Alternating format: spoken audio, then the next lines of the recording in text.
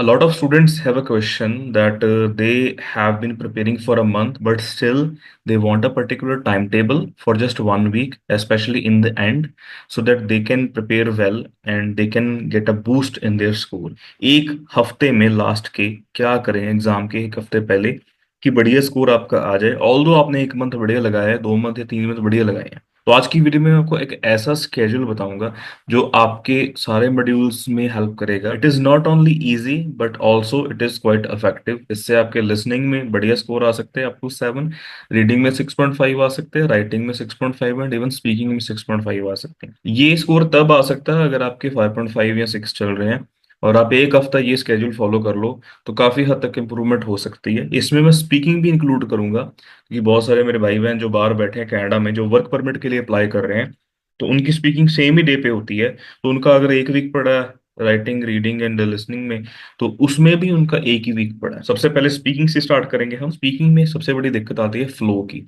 बहुत सारे बच्चों को ये होता है कि सर हमारा फ्लो नहीं इम्प्रूव हो रहा।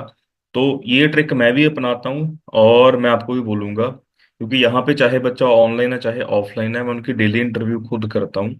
तो वही चीज आपको करनी पड़ेगी। आप कहीं से भी प्रेपरेशन कर रहे हो तो मेक श्योर कि डेली इंटरव्यू जरूर करो।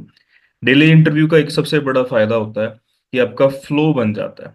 ठीक है जी, सिंपल सी बात है, 1 week preparation can do miracles. कई बार आपने देखा होगा ना, लोग बोलते हैं कि एक मंथ में नहीं हो पाया और एक हफ्ते में हो जाएगा। तो भाई बहुत कुछ हो सकता है एक वीक में। डेली इंटरव्यू मैं खुद करता हूँ, उससे बहुत सारे स्टूडेंट्स का फ्लो इंप्रूव हुआ है। कई बार हम डेली इंटरव्यू भी करते हैं, दो दो भी कर लेते हैं, चलो फिर भी इंप्रूवमेंट नहीं होती। अगर मैं डेली इंटरव्यू कर रहा हूँ, ठीक है, तो फिर भी स्टूडेंट्स को ग्रामर की प्रॉब्लम आती है क्योंकि वो ऑब्जर्व नहीं करते उस चीज को। ऑब्जर्व इन द सेंस कि अगर मैंने आपको आज 10 मिस्टेक्स बताई हैं, तो अगर मेरी ड्यूटी ये है कि मैं डेली इंटरव्यू ले रहा हूँ, आपकी ड्यूटी ये होगी कि उनकी 10 मिस्टेक्स जो आई हैं उन पे वर्क करना कि नेक्स्ट टाइम वो ना हो।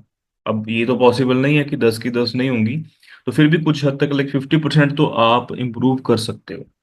ठीक है, बस ऑब्जर्व करो और उनको अवॉइड करो। तीसरा सबसे बड़ा आपको मैं ट्रिक बताता हूँ, टिप बताता हूँ कॉन्फिडेंस इंप्रूव करने का, ये एक बहुत बड़ा रोल प्ले करता है। तो यहाँ पे सिंपल सी टेक्निक है SSE। ये पहले तो ऑनलाइन के लिए मैं बोलता था कि ऑनलाइन स्पीकिंग के लिए करो, बट ऑफलाइन में भी बहुत बढ़िया रहती है, सभी स्टूडेंट्स करते हैं। और रिसेंटली हमारे एक स्टूडेंट, उसके लाइक 5.5 से 6.5 बैंड स्कोर आया है स्पीकिंग में। तो इस टेक्निक की वजह से आया है। हमें जैसा मर्जी आता हो, ठीक है, that is a different thing, but अगर आपका कॉन्फिडेंस है तो कई बार एग्जामिनर ग्रामर भी नहीं चेक करता। इस चीज का थोड़ा खास ध्यान रखो। कॉन्फिडेंस इंप्रूव करने के लिए आपको 3 चीजें करनी है। फर्स्ट जो एस है, that stands for you have to sit straight. Second S stands for you have to keep a smile. And E का मतलब है आई कांटेक्ट बढ़िया होना चाहिए। इन 3 चीजों का ध्यान रखो और आपके बैंड में इंप्रूवमेंट हो सकती है, क्योंकि बैंड लेने में सिर्फ और सिर्फ आपका स्पीकिंग का जो स्किल है वही मैटर नहीं करता, बट आपका कॉन्फिडेंस वगैरह भी मैटर करता है। और फोर्थ चीज ये है कि क्यू कार्ड में बड़ी दिक्कत आती है स्टूडेंट्स को कि सर हमारी लेंथ नहीं इंप्रूव होती। तो वहां पे वो पॉजेस तो लेते हैं, बट वो अच्छे वाले पॉजेस अगर लें तो भाई क्या बात है। अच्छे वाले पॉजेस का मतलब है कि कई बार क्या होता है कि आप आंसर कर रहे होते हो, जैसे आप बता रहे हो कि आपका फ्यूचर प्लान क्या है। अब इसको दो वे से आप कर सकते हो, या तो बोल सकते हो honestly speaking future is unpredictable, but if I guess I want to see myself working in a multinational company, ठीक है, ऐसे करके। हालांकि पॉजेज लो, ये तो बैड पॉजेज हैं, जैसे बैड बैक्टीरिया होते हैं। एक होते हैं अच्छे पॉजेज। एग्जाम्पल के तौर पे, honestly speaking I have never thought about it, but if I guess I am planning to work in a multinational company in the future, especially computer related brand where I can boost my skills and get a handsome salary। तो इसमें भी मैंने तो possess लगाए हैं ना, but दोनों possess में फर्क होता है। अगर आपकी लेंथ 2 मिनट की नहीं बनती तो आप ऐसे वाले पॉजेज लो, इससे आपका काफी फायदा है। राइटिंग के भी मैं आपको 4 टिप्स बताऊंगा। सबसे पहले भाई, टास्क अचीवमेंट। एक वीक में आपने कैसे इंप्रूव करनी है, बस आप हर एक टाइप के फॉर्मेट को याद रखो। सबसे बड़ी प्रॉब्लम क्या होती है कि आपको पूछा जाता है डू यू अग्री और डिसअग्री, और उसमें भी हम 70-30 या 50-50 घुसा देते हैं। तो टास्क अचीवमेंट बढ़िया रखने के लिए मेक श्योर आपको हर तरह का फॉर्मेट आना चाहिए। ठीक है, आपने जो भी अब तक फॉर्मेट्स करे हैं, मैंने तो खास टेम्पलेट्स बनाए हैं इसके लिए। आप भी फॉर्मेट्स जरूर याद करो, क्योंकि जो स्टूडेंट आते हैं मैं तो फर्स्ट डे टेम्पलेट्स पहले कर देता हूँ, क्योंकि ये बेसिक चीजें होती हैं। और उसमें से एक बेसिक चीज होती है ग्रामेटिकल रेंज एंड एक्यूरेसी। तो सबसे पहले इसको इम्प्रूव करने के लिए आपको स्ट्रक्चर्स आने चाहिए। आज भी मैंने एक बैच स्टार्ट करा, उसमें भी यही चीज बोली है। उसमें मैंने स्ट्रक्चर्स कंप्लीट करवाए हैं। बहुत थोड़े हैं, 9 से 10 स्ट्रक्चर्स हैं। और वो आपको जरूर आने चाहिए, कोहेरेंस एंड कोहेजन। तो इसका मैं आप हमेशा ही स्टूडेंट्स को ऑनलाइन ऑफलाइन में पीप मेथड करवाता हूँ। फर्स्ट ऑफ ऑल आपने क्या करना है, पॉइंट रखना है, जैसे आप बॉडी पैरा बनाते हो, ठीक है। इसको मैं डीपली एक्सप्लेन करूंगा डिफरेंट वीडियो में, मैं शॉर्ट में बता देता हूँ। पॉइंट रखा, एक्सप्लेन करा। एग्जाम्पल ऑप्शनल है, ये एग्जाम्पल आप तब तक ना दो अनलेस और until you are writing the supported side, मतलब सपोर्टेड साइड में ही एग्जाम्पल देनी है। अगर आप सपोज करो दो पॉइंट्स रख रहे हो एक बीपी में, तो ये वाला पी दूसरे पॉइंट के लिए स्टैंड करता है, अदरवाइज इसका मतलब होता है कि आपने पॉइंट का एंड कर दिया। बीपी वन में अगर आप एक ही पॉइंट बना रहे हो तो एज अ रिजल्ट हैंस दस देर फोर लगा के। कोहेरेंस कोहेजन का एक और बेसिकली मीनिंग ये होता है कि जो आपके आइडियाज हैं मेक श्योर कि वो आपस में वो स्टेप बाय स्टेप बने रहें। ठीक है। एग्जाम्पल के तौर पे अगर अच्छी स्टडी नहीं होगी तो दो चीजें हो सकती हैं, पहला तो अनएम्प्लॉयमेंट आएगी, दूसरा क्राइम बढ़ेगा। अब आप ऐसे लिखोगे क्राइम बढ़ेगा फिर अनएम्प्लॉयमेंट आएगी, तो ये तो सही नहीं है ना। तो स्टेप बाय स्टेप होगा कि पहला पॉइंट आपका अनएम्प्लॉयमेंट है, उसके बाद आपका क्राइम है। और एक और चीज बताऊंगा, लेकिन वो एक सेपरेट वीडियो में बताऊंगा भाई, वो बहुत ही बड़ी और बहुत ही इंपॉर्टेंट चीज है। लेकिन इसमें मैं आपको छोटी सी बता देता हूँ।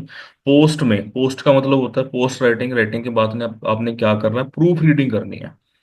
स्टूडेंट्स पता यकीन नहीं करते कि ये मिस्टेक मैंने करी है, उसका कारण पता क्या हुआ है, वो प्रूफ रीड ही नहीं करते, वो लिख के चेक करवा देते हैं। ये मैं डेली चेक करता हूँ, ऐसे ऐसे सड़ी सड़ी मिस्टेक्स होती हैं ना। मैं पूछता हूँ कि ऐसा क्यों करा, वो बोलते हैं कि सर मैंने प्रूफ रीड नहीं करा, इससे बेकार सी मिस्टेक होगी। इवन मैंने एक बार वीडियो बनाई थी और उसमें मैंने गलती से एक छोटी सी मिस्टेक कर दी, ठीक है, 2018 की बात है।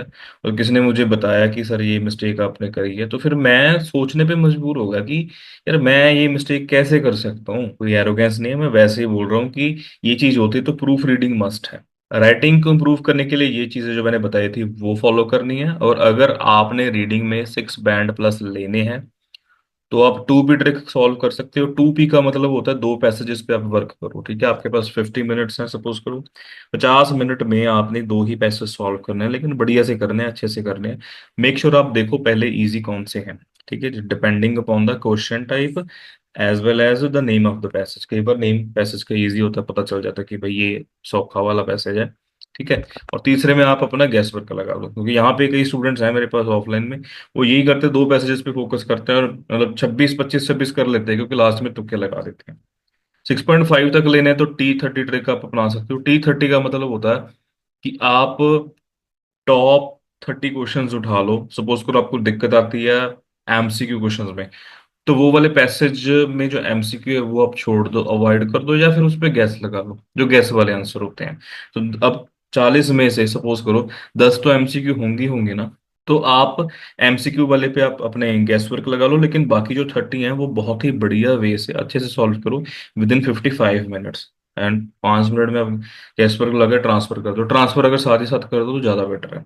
और अगर किसी पर्टिकुलर क्वेश्चन में आपको दिक्कत आती है, जैसे एमसीक्यू में या फिर लिस्ट ऑफ हेडिंग में, ठीक है, अब जैसे मैं असाइनमेंट्स करवाता हूँ तो मैं ट्राई करता हूँ कि सेम ही क्वेश्चन अगेन एंड अगेन करवाऊँ स्टूडेंट्स को, ताकि उनको दिक्कत ना आए। वो उनको ट्रैप पता चल जाता है कि भाई इस तरह का क्वेश्चन आता है ना, उसका आंसर यहीं पे पड़ा हो सकता है, इन बिटवीन ही पड़ा हो सकता है, स्टार्टिंग में पड़ा हो सकता है या एंडिंग में पड़ा हो सकता है। ये उसके बाद उसको उनको ईजी लगने लग जाती है ये चीज। तो आप भी यही चीज करो 1 वीक में। अगर आपको दिक्कत है किसी पर्टिकुलर क्वेश्चन टाइप में तो रीडिंग्स उठाओ, अपने इंस्टीट्यूट जाओ, वहां से लेके आओ, ठीक है, 6 7 रीडिंग्स, और वो पर्टिकुलर क्वेश्चन पे ज्यादा फोकस करो उतने दिन। और लास्ट अगर मिस्टेक्स आपकी फिर भी होती हैं तो भैया आप इंस्ट्रक्शंस नहीं पढ़ते, ठीक है। अब कंप्यूटर डिलीवर्ड तो है नहीं, जहां पे आपको अगर यस नो नॉट गिवन है तो आपके पास तीन मल्टीपल चॉइस क्वेश्चन होंगे, yes no and not given, आपने उनमें से टिक करना है। यहाँ पे दिक्कत आ जाती है, ट्रू फॉल्स की जगह पे आप यस नो नॉट गिवन कर देते हो, यस नो की जगह पे ट्रू फॉल्स, वन वर्ड की जगह पे टू वर्ड ऐड कर देते हो। तो ये छोटी छोटी चीजों से आपके मार्क्स कटते हैं। तो इंस्ट्रक्शंस पढ़नी शुरू करो। लिसनिंग काफी इंपॉर्टेंट रोल प्ले करती है आपका ओवरऑल बैंड स्कोर इंप्रूव करने में। तो अगर आपने 7 या 7.5 बैंड लेने हैं तो एक दो ऐसी लिसनिंग जरूर करो जैसे कि जो ब्रिटिश एक्सेंट की हो खास करके। उससे क्या होगा कि आपका स्कोर बढ़िया आ सकता है एक पर्टिकुलर सेक्शन में। क्योंकि कई बार क्या होता है, like most of the time तो नहीं मैं बोलूंगा, लाइक 70% क्या होता है, एक सेक्शन सारा का सारा दूसरा स्पीकर होता है कोई और कंट्री का, जैसे द यूनाइटेड किंगडम का। और वो ब्रिटिश एक्सेंट आपको पता ही है कैसे होता है, I would like to help you out. तो डिफरेंट एक्सेंट वाली आप लिसनिंग जरूर करो। अगर आपका यूके वीआई है तो आपको खास ध्यान रखना पड़ेगा इस चीज का, क्योंकि ब्रिटिश एक्सेंट में ज्यादा वहां पे लिसनिंग्स आती हैं। दो सेक्शंस ऐसे होते हैं जिनकी स्पीड ज्यादा होती है, तो मेक श्योर आप स्पीड बढ़ा के भी कर सकते हो, जैसे 1.25 कर ली। हालांकि कोई कुछ ज्यादा फर्क नहीं पड़ता क्योंकि everything depends upon the understanding, but still कई बार क्या होता है कि ज्यादा जल्दी अंडरस्टैंड करने के चक्कर में आप स्पीड बढ़ाते हो, तो हाँ इससे थोड़ा बहुत फर्क तो पड़ता है ऑब्वियसली। एमसीक्यू वगैरह अगर किसी में दिक्कत आती है कुछ क्वेश्चन टाइप में आपको, तो सेम क्वेश्चन टाइप आप ज्यादा से ज्यादा रिपीट करो, क्योंकि आपको ट्रैप पता चल जाएगा। जितना ज्यादा आप सुनोगे आपको पता होगा कि भाई एंड में जाके इन्होंने सारी बातें करके एक अलग से बात कर देनी है ना, जो कि थर्ड नंबर या फोर्थ नंबर पे होगी। और उसके अलावा जो मिस्टेक्स होती हैं तो वो स्पेलिंग की होती हैं। स्पेलिंग इन द सेंस कि अगर आप जब भी अपनी लिसनिंग वगैरह आप कर रहे हो, रीडिंग वगैरह कर रहे हो, ठीक है, मेक श्योर कि स्पेलिंग का खास ध्यान रखो। लिसनिंग में जो भी आप लिसनिंग्स करोगे डेली बेसिस पे, उसके अलावा और भी कोई लिसनिंग्स उठा लो यूट्यूब पे, बिल्कुल लास्ट में जाओ, लास्ट में आंसर्स पड़े होते हैं, उसमें जो भी 15, 10, 15, 20 वन वर्ड या टू वर्ड्स होते हैं वो उठा लो, किसी को बोलो कि मुझे डिक्टेट कर दो। उससे आपकी स्पेलिंग मिस्टेक भी दूर हो जाएगी within a 1 week. So here you are guys, and it is really easy now for you to get the score, but हाँ, it is not possible unless you start working। ठीक है जी, आपका week start हो गया है 8 मई वालों का, और कोई भी अगर प्रिपेयर कर रहा है तो ये स्केड्यूल यूज कर सकता है, बढ़िया स्कोर आ सकता है। ठीक है जी। एंड और भी बहुत इंपॉर्टेंट वीडियोस हैं, मेक श्योर सब्सक्राइब जरूर करके रखो। अगली वीडियो में मिलता हूँ। Stay tuned, take care, bye.